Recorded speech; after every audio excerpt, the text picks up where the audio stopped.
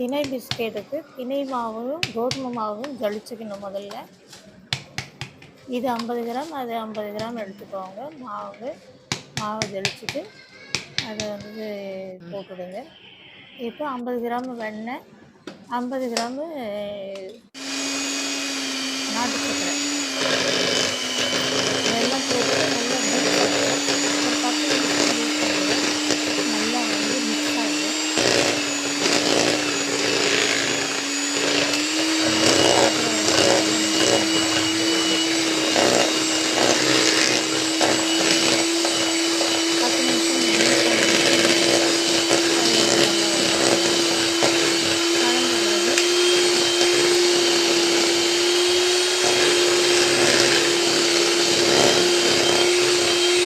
கலந்துருங்க. இது கோதுமையா? தினை 50 கிராம், மாவு கோதுமை மாவு 50 கிராம். தினை மாவையும் கோதுமை மாவும் போட்டு நல்லா பிசைங்க. நல்லா பிசைஞ்சிட்டு நல்லா ஒரு திணை பிஸ்கெட் செய்ய போகிறோம். இது வந்து ஓடிஜியில் வந்து 180 டிகிரியில் 10 மினிட்ஸ் வந்து ப்ரீ ஹீட் பண்ணுறோம். ஹீட் பண்ணிவிட்டு பஞ்சு வச்ச மாவை வந்து நல்லா தட்டிக்கோங்க. கையில் உள்ளங்கையில் தான் தட்டணும். இந்த விரலில் வச்சு தட்டினீங்கன்னா அது வந்து விரலாக அந்த அந்த இதுக்கு விரலாக வந்து பதிஞ்சு போயிடும்.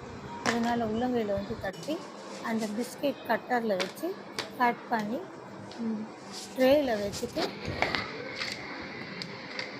பேப்பர் போட்டு நீங்கள் வந்து அடுக்கிடுங்க. பட்டர் பேப்பர் போட்டு அடுக்கிடுங்க. அப்புறம் ஹீட் பண்ண ஓடிஜியில் வச்சு ட்ரேவை வச்சுட்டு க்ளோஸ் பண்ணிவிடுங்க.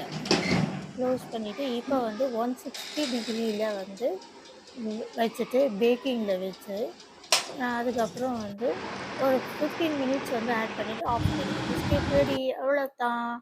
பிஸ்கெட் சூப்பரான சுவையான திணை பிஸ்கெட்டு பாருங்கள் எவ்வளோ அழகாக இருக்கிறது. சத்தானதும் சுவையானதும் கூட.